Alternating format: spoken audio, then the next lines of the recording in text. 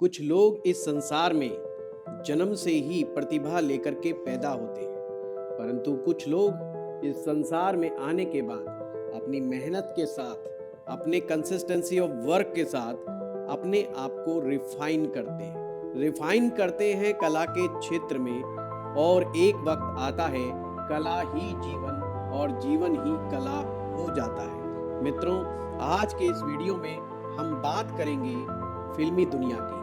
जी हाँ, फिल्मी दुनिया में कैसे होते हैं लोग कामयाब। ज्योतिष के माध्यम से आज आपको हम स्टेप बाय स्टेप आपको समझाएंगे। आप भी अगर जीवन में ड्रामा, एक्टिंग, मूवीज या इन्फ्लुएंसर बनना चाहते हैं तो ये वीडियो आपके लिए।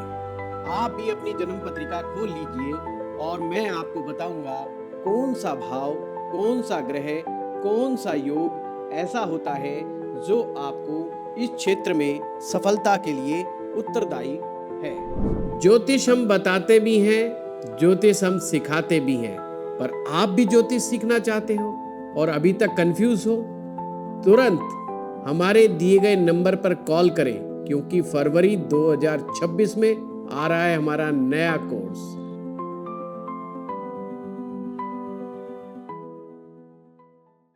आइए एक एग्जाम्पल कुंडली लेते हैं। वैसे तो हमने फिल्मी दुनिया के चमकते सितारे, सदा सदा चमकते सितारे, ever green, angry young man, और जिनका नाम बिग बी है। जी हाँ, अमिताभ बच्चन साहब की कुंडली हमने एग्जाम्पल के तौर पे रखी हुई है। पर पहले हम रूल्स की बात कर लें कि क्या रूल्स है कि आप कला के क्षेत्र में कामयाब हो सकते हो। उसके लिए सबसे जरूरी है कुंडली का पहला भाव। यस, जहां पर लगन लिखा होता है ये आपका फर्स्ट हाउस है। फर्स्ट हाउस का मजबूत होना, स्ट्रोंग होना निहायत जरूरी होता है। फिर है तीसरा भाव, थर्ड हाउस, इसका भी मजबूत होना बहुत जरूरी है, क्योंकि यही भाव है जिसे हाउस ऑफ एफर्ट्स कहते हैं। कला का क्षेत्र कोई आसान क्षेत्र नहीं है। ये ऐसे लोगों के लिए है जो बहुत जुझारू प्रवृत्ति के लोग होते हैं, जो कभी भी हार नहीं मानते, हमेशा लगे रहते हैं जब तक के कामयाब ना हो जाएं। जी हाँ, अगर किसी व्यक्ति का तीसरा भाव कमजोर है तो वह लगातार एफर्ट्स नहीं कर पाता है, उसको प्रॉब्लम्स का सामना करना पड़ता है। इसलिए तीसरा भाव बहुत जरूरी है। फिर है हमारा सबसे इम्पॉर्टेंट भाव, पंचम भाव। पंचम भाव जो होता है ये ही है एंटरटेनमेंट का हाउस। यही है फिल्मी दुनिया का सबसे मुख्य भाव। कला, प्रतिभा, एंटरटेनमेंट, मूवीज, ये सभी की सभी चीजें पंचम भाव से ही देखी जाती है।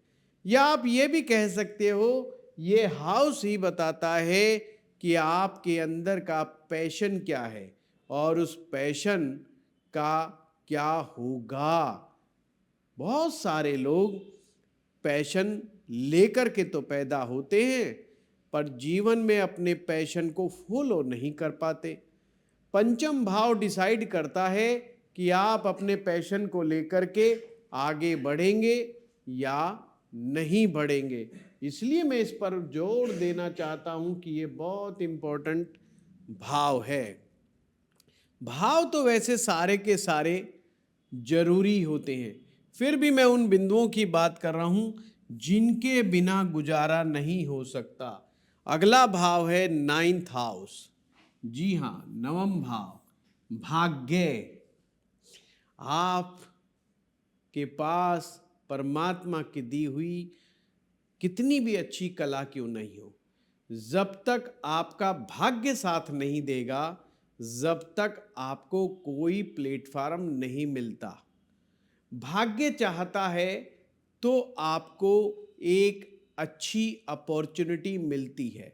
जी हाँ, नवम भाव अपॉर्चुनिटी का ही भाव कहलाता है। आपको अपॉर्चुनिटी जो मिलेगी किस लेवल की पर मिलेगी। नवम भाव आपके बॉस की और आपके परमात्मा का भाव भी है, यानी कि आशीर्वाद का भाव भी है। किसी बड़े आदमी की निगाह जब तक आप पर नहीं पड़ेगी, आप नीचे से ऊपर उठोगे कैसे, सोचने वाली बात है। या तो परमात्मा का आशीर्वाद आपके साथ है तो आप आगे बढ़ोगे। फिल्मी दुनिया में उसे गॉड फादर का नाम दिया जाता है, जो आपको इस इंडस्ट्री में लेकर के आता है, आप पर अपनी छतर छाया बना करके रखता है। ये नवम भाव बहुत जरूरी हो जाता है, क्योंकि अगर ये भाव अपना सही तरह से काम नहीं करेगा तो कला आपकी एक छोटे से एरिए तक रह जाएगी, उसका फैलाव नहीं होगा, वो जन जन तक नहीं पहुंचेगी, आप सामान्य जनमानस के नायक नहीं बन पाएंगे। यह है नवम भाव की ताकत। फिर आता है मोस्ट इंपॉर्टेंट 10th हाउस, दसम भाव। इसे कर्म का भाव कहा जाता है। House of Karma, house of action, house of success. आपके पास कला भी है, आपको भगवान ने मौका भी दिया, परंतु सफलता नहीं मिली, सक्सेस नहीं हुए आप, तो भी मामला सारा गड़बड़ है। सरकार के द्वारा कोई अवार्ड मिल जाए आपको, ये तो कहना ही क्या, सोने पे सुहागा। किसी कलाकार को पद्मश्री मिल जाए, दादा साहब फाल्के पुरस्कार मिल जाए, लाइफ टाइम अचीवमेंट अवार्ड मिल जाए, फिल्मी दुनिया के कई अवार्ड्स हैं, आईफा अवार्ड्स मिल जाए, तो आपकी चमक और ज़्यादा बढ़ जाती है। ये सारे अवार्ड्स दसम भाव से देखे जाते हैं। और फिर लास्ट 11वां भाव, इसे बोलते हैं फुलफिलमेंट ऑफ डिजायर का भाव या एक्सपेक्टेड गेन का भाव। आपके पास सब कुछ है पर लाभ कुछ नहीं मिल रहा, तो भी ये कहानी खराब हो सकती है। अब इसी के आधार पर पहला भाव, तीसरा भाव, पांचवा भाव, नौवां भाव, 10वां भाव, 11वां भाव, ये भाव जितने ज़्यादा मजबूत होंगे उतने ही ज़्यादा चांस है आप फिल्मी जगत में अपना कैरियर बनाने में कामयाब हो जाएंगे। अब मैं थोड़ा ग्रहों की भी बात कर लूं। ग्रहों में सबसे मुख्य प्लेनेट है राहु। यहां पर बहुत सारे विद्वान लोगों का थोड़ा सा डिफरेंस ऑफ ओपिनियन है, क्योंकि कुछ लोग राहु को नहीं मानते, वो नंबर 1 पोजीशन पर शुक्र ग्रह को रखते हैं, परंतु हम शुक्र ग्रह को दूसरे नंबर पर रखते हैं, पहले नंबर पर नहीं। क्या कारण है वो भी मैं आपको समझाऊंगा। तीसरे नंबर पर है जुपिटर यानी कि बृहस्पति, और फिर है मरकरी। जी हाँ, ये 4 ग्रह ऐसे हैं जो आपको सफलता में 4 चांद लगा सकते हैं। राहु का एक नाम है बहरूपिया, रूप बदलने वाला, नकलची, दूसरों की नकल निकालने वाला, या हूबहू किसी को देख करके अपना नया डेवलपमेंट कर लेना, जिसे फिल्मी वर्ल्ड में इम्प्रोवाइजेशन कहा जाता है। किसी चीज की रिसर्च कर लेना, किसी के करैक्टर के अंदर घुस जाना, किसी के अंतर मन में क्या चल रहा है वह समझ लेना, या आम जनमानस की नब्ज को समझना कि जनता किस बात से प्रभावित होती है, वो राहु की ही देन है। जनता की नब्ज को पहचानने वाला राहु ग्रह जितना मजबूत होगा उतना व्यक्ति बहुरंगी कलाकार होगा, कई तरह की क्राफ्ट्स का वो मास्टर होगा। उससे किसी भी प्रकार की आप एक्टिंग करवा लीजिए, वो आपको करके दिखा देगा। जी हाँ, अब आते हैं शुक्र ग्रह पर। शुक्र ग्रह आपके रुपहले पर्दे का प्रतीक है। आपका जो 70 पर्दा है उसका प्रतीक है वो, क्योंकि फिल्मी दुनिया जानी जाती है अपनी चमक दमक के लिए। और नवग्रहों में सूरज के बाद शुक्र है चमकता हुआ सितारा। जी हाँ, जो आपका ये चमक है फिल्मी दुनिया की, ये शुक्र ग्रह की चमक है। हर आदमी आपको एकदम डैशिंग स्टाइल में लगेगा, नए नए स्टाइल के साथ आते हैं। मतलब आप देखेंगे सज धज कर के रहना, एकदम लग्जरी स्टाइल्स के अंदर रहना, ब्रांड्स को लाइक करना या ब्रांडेड चीज़ें अपने जीवन में सबसे ज़्यादा लेकर के आना, ये शुक्र की निशानी होती है। बृहस्पति, बृहस्पति भी बहुत इम्पॉर्टेंट है। ये है परमात्मा का आशीर्वाद और ये है नॉलेज, ज्ञान और परमात्मा का आशीर्वाद बहुत ज़रूरी है। अग जो कलाकार जितना ज्ञानी होगा, जितना गूढ़ होगा, उतना ही ज़्यादा अच्छी अपनी क्राफ्ट्स को पब्लिक के सामने रख सकता है। फिर आता है mercury. Mercury communication skill, finance, और जिस व्यक्ति को पैसे की समझ है, पैसे का रेस्पेक्ट है और पैसा कमाना जो जानता है, वो फिल्मी दुनिया में टिक जाएगा। कम्युनिकेशन स्किल का मतलब कितना स्वीट तरह से बोल सकता है, अपनी बात को सामने वाले के सामने रख सकता है, वो उतना ही लंबे समय तक टिकेगा, लोगों के दिलों पर राज करेगा। आप कोई टॉप 5 कलाकार ऐसे याद करो जो एवरग्रीन स्टार हैं। अगर आप नाम लेंगे, फिर आप उनके इंटरव्यूज़ को देखो, उनका पब्लिक के बीच में जाने के बाद उनका रिएक्शन देखो आप। बड़े सॉफ्ट स्पोकन होंगे, बड़े प्यार से बात करेंगे और लोगों के साथ उनका व्यवहार बहुत अच्छा होगा।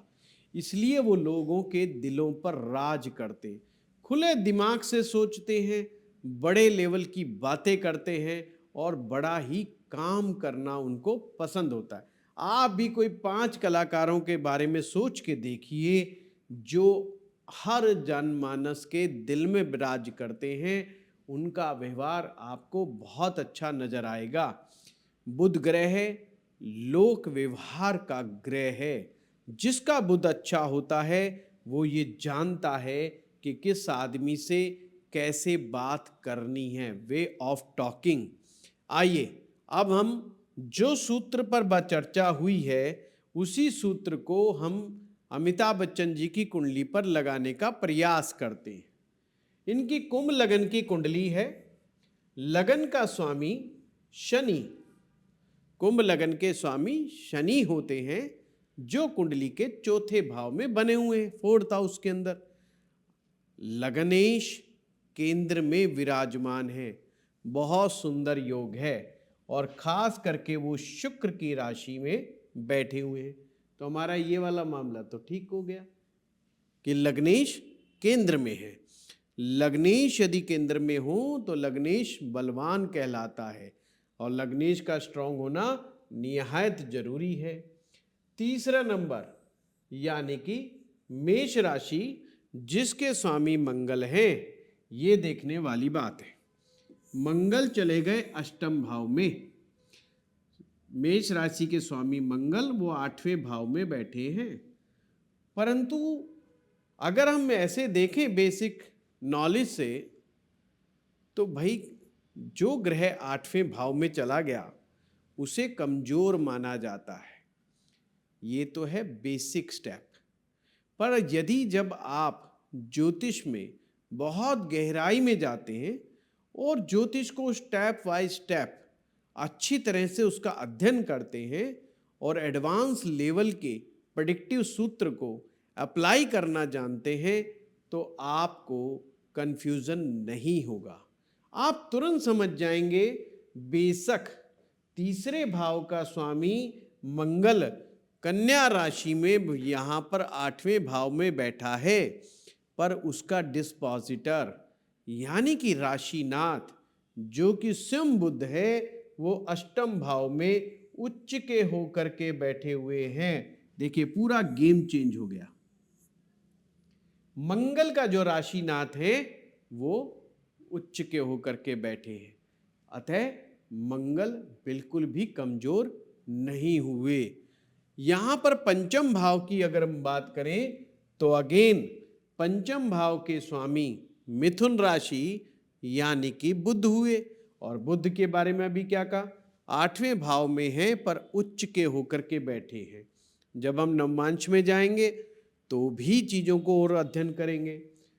नवम भाव का स्वामी जो कि शुक्र हैं, शुक्र यहाँ पर बहुत हैरान करते हैं, खास करके जब विद्यार्थी ज्योतिष का विद्यार्थी शुरुआत में ज्योतिष का अध्ययन करता है तो अमिताभ जी की कुंडली को देख के सर चकरा जाता है, क्योंकि जब वो देखता है कि शुक्र ग्रह कन्या राशि में बैठे हुए हैं और कन्या राशि का शुक्र नीच राशि का होता है, पर यहाँ पर ही उस नीच के शुक्र के साथ उच्च का बुध बैठा है।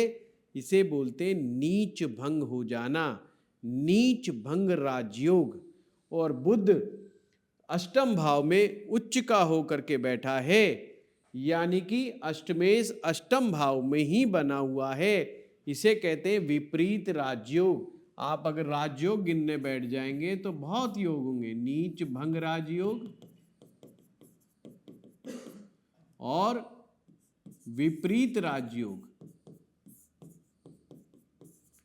ये दो राजयोग आपको दिखाई देंगे। तो यानी नवम भाव का स्वामी भी कमजोर नहीं है।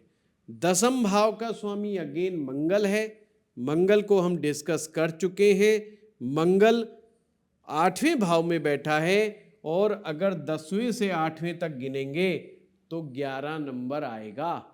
यानी कि आप कहेंगे इस कुंडली में कर्मेश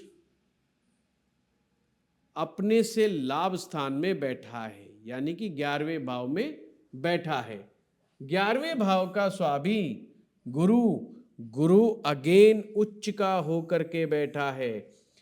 देखिए गुरु उच्च के हो गए, पर यहाँ पर उनकी हेल्थ के लिए ये बात कोई अच्छी नहीं हुई, परंतु जुपिटर पावरफुल है, मरकरी पावरफुल है, शुक्र पावरफुल है, जुपिटर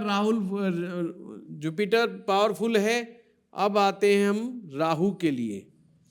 राहु सिंह राशि में, सिंह राशि जो कि अग्नि तत्व की राशि है।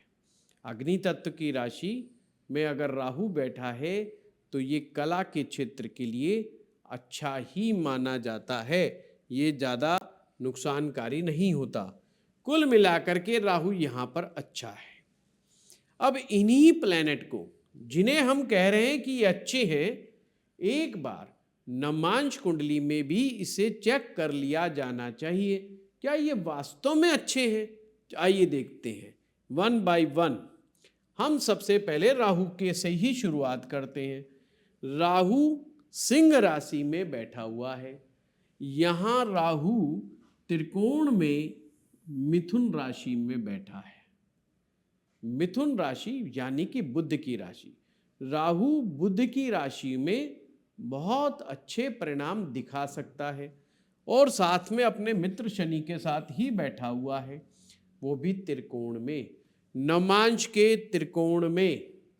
जिन लोगों का भी नवमांश के त्रिकोण में या नवम भाव में राहु ग्रह बैठा होता है उन्हें ज्योतिष बहुत प्रिय होता है। और हाँ, आपकी कुंडली में भी नवमांश के लगन, पंचम, नवम में यदि राहु बैठा है या केतु बैठा है या सूरज बैठा है या गुरु बैठा है तो आप भी ज्योतिष विद्या सीख सकते हो। बहुत सारे लोग YouTube पर लिखते हैं कि जी क्या मैं ज्योतिष सीख सकता हूँ। आज बता दिया सूत्र, आप मिला लो, अगर है तो आइए अब फरवरी में क्लास शुरू होने जा रही है, नया बैच शुरू होने जा रहा है और इस बार हम पामिस्ट्री भी शुरू करने जा रहे हैं। लाल किताब तो खैर हमारा परमानेंट है ही, हर साल नया बैच आता है, तो लाल किताब का भी नया बैच शुरू होने जा रहा है फरवरी मार्च में। और वैदिक ज्योतिष में हम आर्ट ऑफ प्रेडिक्शंस के नाम से कोर्स लेकर के आ रहे हैं। बहुत ही शानदार कोर्स है, पर वही आए जो प्रेडिक्शन सीखना चाहते हो, सिंपल। तो देखिए ये चीज हो गई। अब यहां पर गुरु कर्क राशि के थे और गुरु यहां पर भी कर्क राशि के।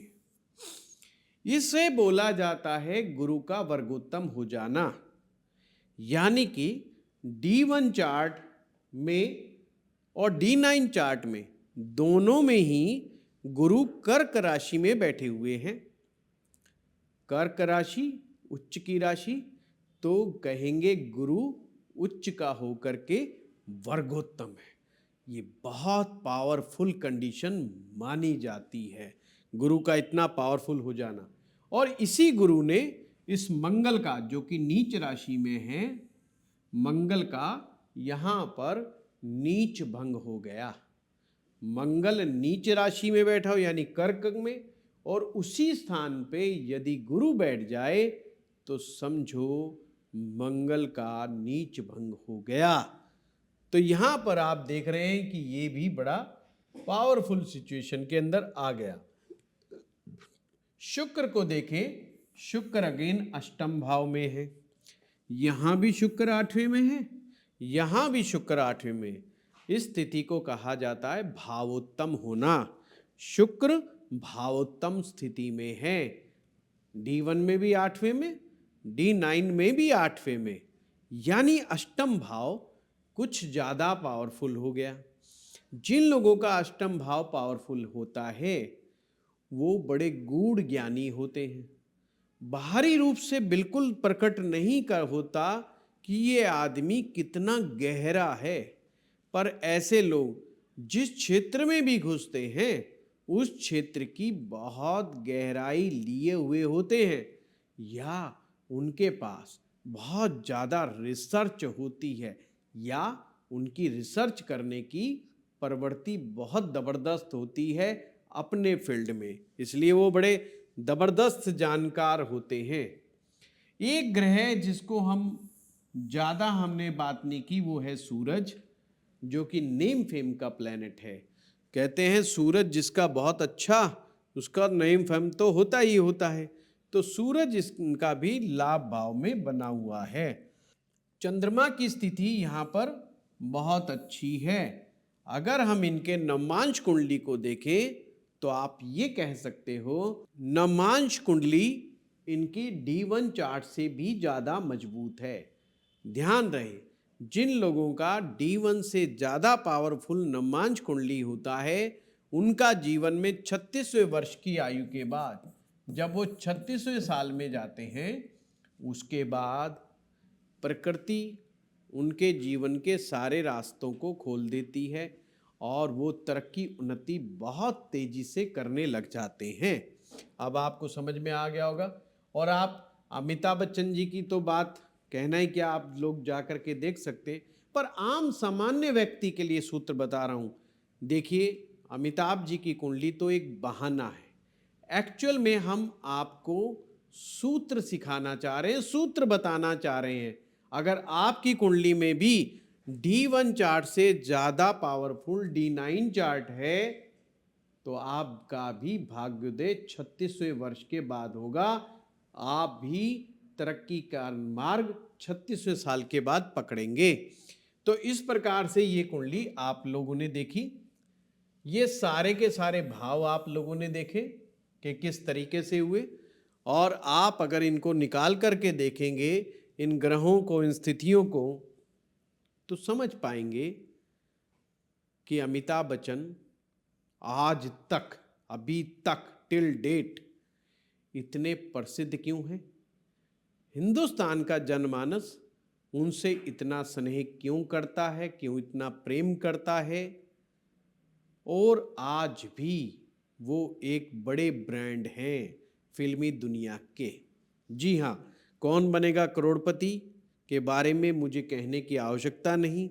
मेरा ज्ञान फिल्मी दुनिया के बारे में थोड़ा कम है और आप लोग मुझसे ज़्यादा जानते होंगे, पर मेरा बताने का मतलब ये है, ये भाव नोट कर लो और ये ग्रह नोट कर लो, और इनको अगर आपकी जन्म पत्रिका में भी हैं ये टर्म्स एंड कंडीशंस, तो निश्चित रूप से आप भी अच्छे कलाकार बन सकते हो। आप में भी किसी प्रकार की कला है तो इसे जरूर बाहर निकालिए और उसको और रिफाइन कीजिए और ज़्यादा सीखिए। किसी दिन रेमेडीज़ भी लेकर के आएंगे इसके ऊपर। अगर अभी तक हमारा चैनल सब्सक्राइब नहीं किया है तो प्लीज़ कर लीजिए, हम लोग बड़ी मेहनत कर रहे हैं। धन्यवाद।